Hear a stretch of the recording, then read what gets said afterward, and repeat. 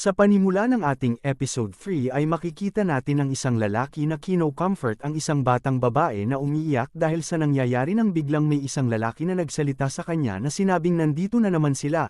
Nakangiting nagpaalam ito sa bata na sabi ay may aasikasuhin lang ito saglit. Ikinalungkot naman ito ng batang babae ngunit nangako naman ito sa kanya na siguradong babalik siya kaya kumalma na ang bata.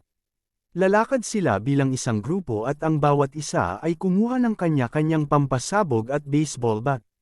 Sa labas ay makikitang pinapasabog nila ang mga paparating na zombies at ginagawa ang lahat ng makakaya para protektahan ang lugar. Sa kabilang banda naman ay napakaastig na nakasakay sa kanyang big bike ang ating bida. Sa kanyang paghinto ay nagmasid siya at nakita niya ang tumpok ng mga zombies na naglipa na sa lugar at sinabi na kahit ganito pa kalala ang sitwasyon ay tiwala siya at alam niyang buhay pa ang kanyang kaibigan. Kinaumagahan pala noon ay paggising niya ay pinaglaruan niya ang kanyang mukha sa salamin at iniisip kung anong astig at bagay sa kanya na balbas dahil wala na rin siyang trabaho kaya pwede nang patubuin ito. Pagkatapos drawingan ng balbas ang mukha ay binura na ito sa listahan patunay na nagawa na ito.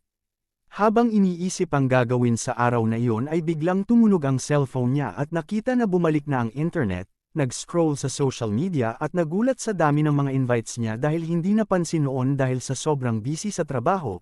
Pagkatapos ay nagunat-unat siya at sinubukang libangin ang sarili sa loob ng kwarto hanggang sa maboard na ito. Lumabas sa balcony at nalungkot bigla nang maisip na nasayang ang kanyang panahon sa 3 taon niya na nabaon sa trabaho. Sa pag-scroll ulit ay nakita niya sa listahan ang pangalan ni Kencho at nasabing imposibleng ang isang katulad niya ay mamatay sa ganitong sitwasyon. Sa kabilang banda ay makikita ang isang lalaki na na-stranded sa isang gusali na napapaligiran ng mga zombies. Halos mabaliw na siya at nawawala na ng pag-asa dahil 3 araw na pala siya na puro tubig lang ang laman ng tiyan. Idagdag pa na mayroon pang isang babaeng zombie na nakatali na kasama niya sa kwarto. Iniisip niya kung dito na ba magwawakas ang buhay sa ganoong klaseng lugar hanggang sa bigla niyang nakita sa alaala sa niyang college days si Tendo na masayang tumatawa sa kanyang mga corny na joke. Balik tayo kay Tendo, tinawagan niya si Kencho at nang pagsagot nito ay napakasaya niya at hiningi nito sa kanya ang address para puntahan siya. Ngunit sa kabilang banda naman ay nawawala na ng pag-asa si Kencho at nag-aalala sa pagpunta sa kanya ng matalik na kaibigan. Mabilis na umalis si Tendo para puntahan ang kaibigan, dito ay nalaman natin na magkaibigan na pala sila nung college at magkasama sila sa rugby club, at pagka-graduate ay naging isang big-time real estate agent siya, bagay na akma sa kanyang personalidad dahil sa galing niyang magsalita. Sa kanilang pag-uusap ay ibinibida ni Kencho ang kanyang tagumpay sa buhay at pinakita pa ang kanyang bagong girlfriend. Habang si Tendo naman ay walang interest sa pakikinig sa tagumpay ng iba dahil na din sa pressure at hirap na dinanas niya sa kanyang trabaho hanggang sa napikon siya sa kanya at pinagsabihan si Kencho na huwag ipagyabang sa kanya ang kanyang personal na achievement sa buhay. Ikinagalit nito nang sinabihan siyang idiot at mag-quit na lang sa trabaho at lumipat sa iba. Hanggang sa nagkainitan ang dalawa at simula noon ay hindi na sila nakapag-usap. Sa kabilang eksena ay ipinakita din ng lalaki sa simula ng episode na sobrang pagod na at handa nang tanggapin ang kanyang wakas. Malapit na ang mga zombie sa kanya ay bigla silang tumigil dahil sa narinig na diretsyong busina ng sasakyan at pinuntahan nila ito sabay na paluhod na lang sa pagod ang binata. Pinakita na lahat ng mga zombies ay nagpunta sa direksyon kung saan ang ingay ng busina habang walang idea si Kencho sa nangyayari. Ito pala ay kagagawa ni Tendo para mailihis ang atensyon ng mga ito sa kanya para masiklolohan si Kencho. Sinubukan ng lumabas ng binata sa kwarto para makaalis ngunit nagulat ito nang lumabas sa likuran si Tendo at bigla na lang humingi ng tawad sa kaibigan sa nangyari dahil siya ang napagbuntungan niya ng galit dahil sa trabaho. Nang magsasalita sana ang kaibigan ay biglang sumulpot ang grupo ng mga zombies. Mabilis silang pumunta sa rooftop at tinakpan ang pinto ngunit takot at balisa pa din si Kencho at tinanong si Akira kung ano nang gagawin nila ngayon. Hindi siya makapaniwala sa ideya ni Akira nung sinabi na tatalon sila sa kabilang building at nagsimula na itong maghanda.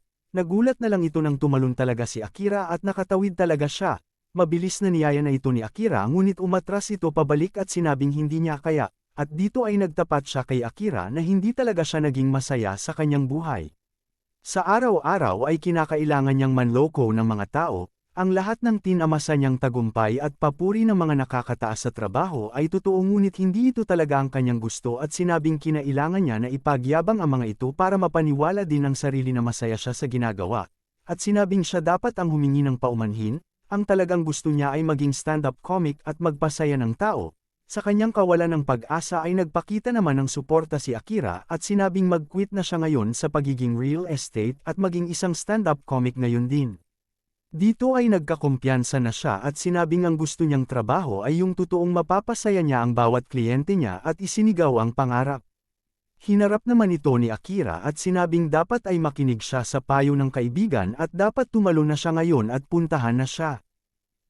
Buong walo na siya tumakbo ng mabilis at lakas loob na tumalon, habang nasa itaas ay hinubad lahat ng kasuotan at mamatay-matay naman sa tawa si Tendo na pinapanood dito sa ere.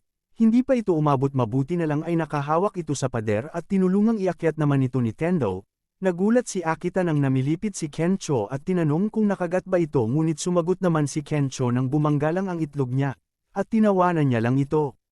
Kinagabihan ay tinutokso ni Akira ang kaibigan at sinasabing hindi niya inakalang makikita siya nito na iiyak na parang bata at nakahubad pa.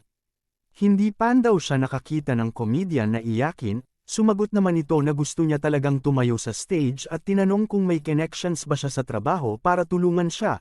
Pakunwari namang nagtanong si Akira kung ano ba ang trabaho na yun kasi never niya pa itong ginawa at masayang nag-asara ng dalawa. Ikinwento pa nga ni Kencho na mas malala pa ang itsura dati ni Tendo kaysa sa mga zombies dahil sa pagkalugmok niya sa trabaho. Nagseryoso bigla si Kencho at sinabing napakastig ni Akira kanina at ang mga katulad ng mga artist at entrepreneurs na iniiwan ng trabaho para gawin ang gusto ay ang talagang nagtatagumpay sa buhay.